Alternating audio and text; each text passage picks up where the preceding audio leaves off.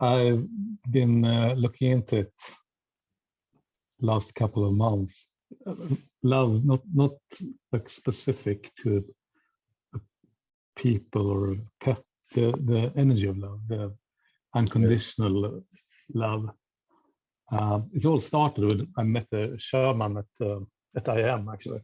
That slapped me very hard in the chest, and after that I got a bit interested in the power of it.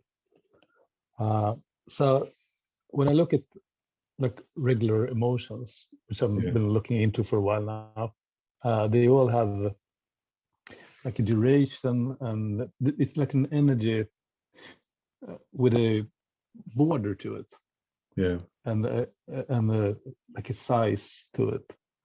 And when I look at thoughts, they're more like they have density. You know, when you start to think, you get a bit dense, and when you stop thinking, it's a bit more light, a bit more spacious. Love seems to be some kind of different animal. It's not. I can't find a border to it. What about hate? I'm just because I'm trying to define what kind of love you're talking about. What about hate?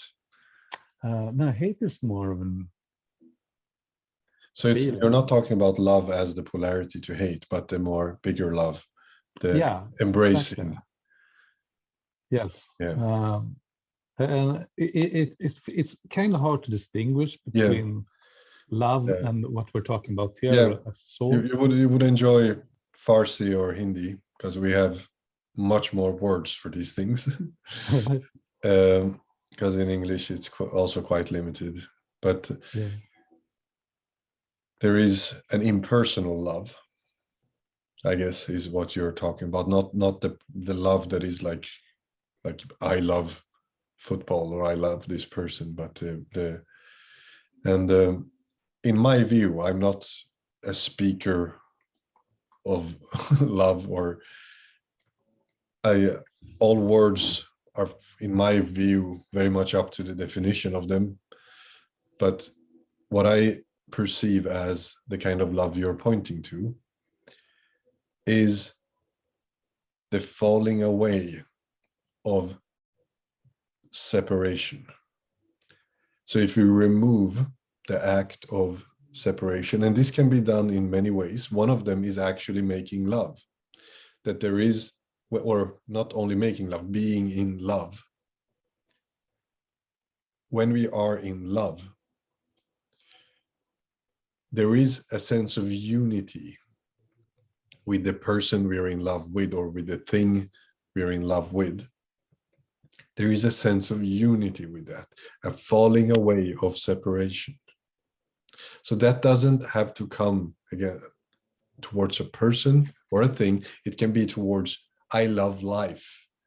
And in that moment, you feel one with life. There is a falling away of the idea, of the feeling of being distanced from it, or separated from it, or different from it.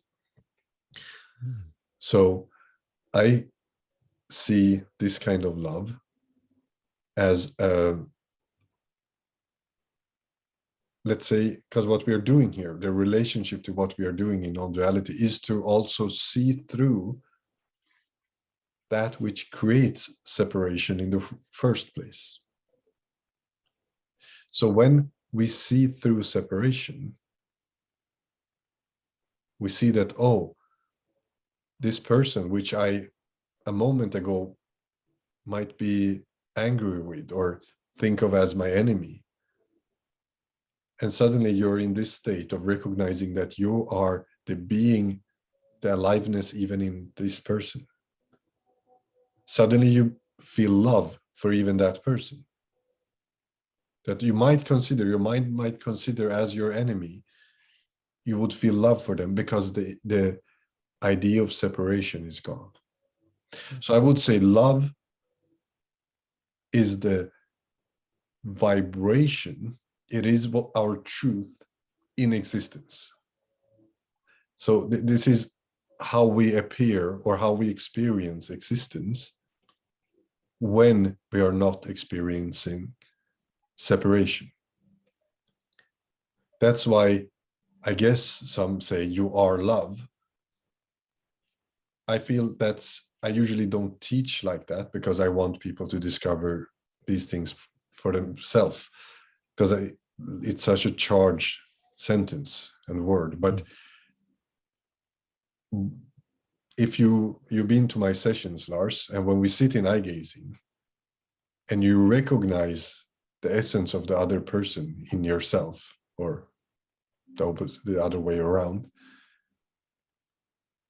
there is love. No matter if you think even the person is ugly or smelly or whatever your mind says about that person, there is love between life and life. There is love, essentially, when we remove the game of separation. So that in that sense, I see love as our natural state when we look from truth. So I think Rupert Spear or someone said it similarly. Love would be the fragrance of truth, the way that truth relates. And this goes as far as not only to things in the world, but even to an emotion. Let's say pain, which is commonly not liked by our body, our biology, and our mind does not always like pain. But if you are in the state of true recognition, if you are in deep meditation, like what we are doing, and you're looking at life from your essence, even pain, let's say back pain or something, if you look at it from your truth, there is a total acceptance, embracing of even that. So that is what I call, in this way, it's an unconditional love. That, I would say, is related to what we do here. That kind of love is an expression of this discovery, I would say. So as teaching this, I can many times experience that I can sit somewhere and my mind is judging someone, and I experience discontent or disliking this person, or sometimes even hate or whatever. And at the same time, from my core, I love them. So that love is independent from the experience of liking them or disliking them. Yeah. That is what I call this real love.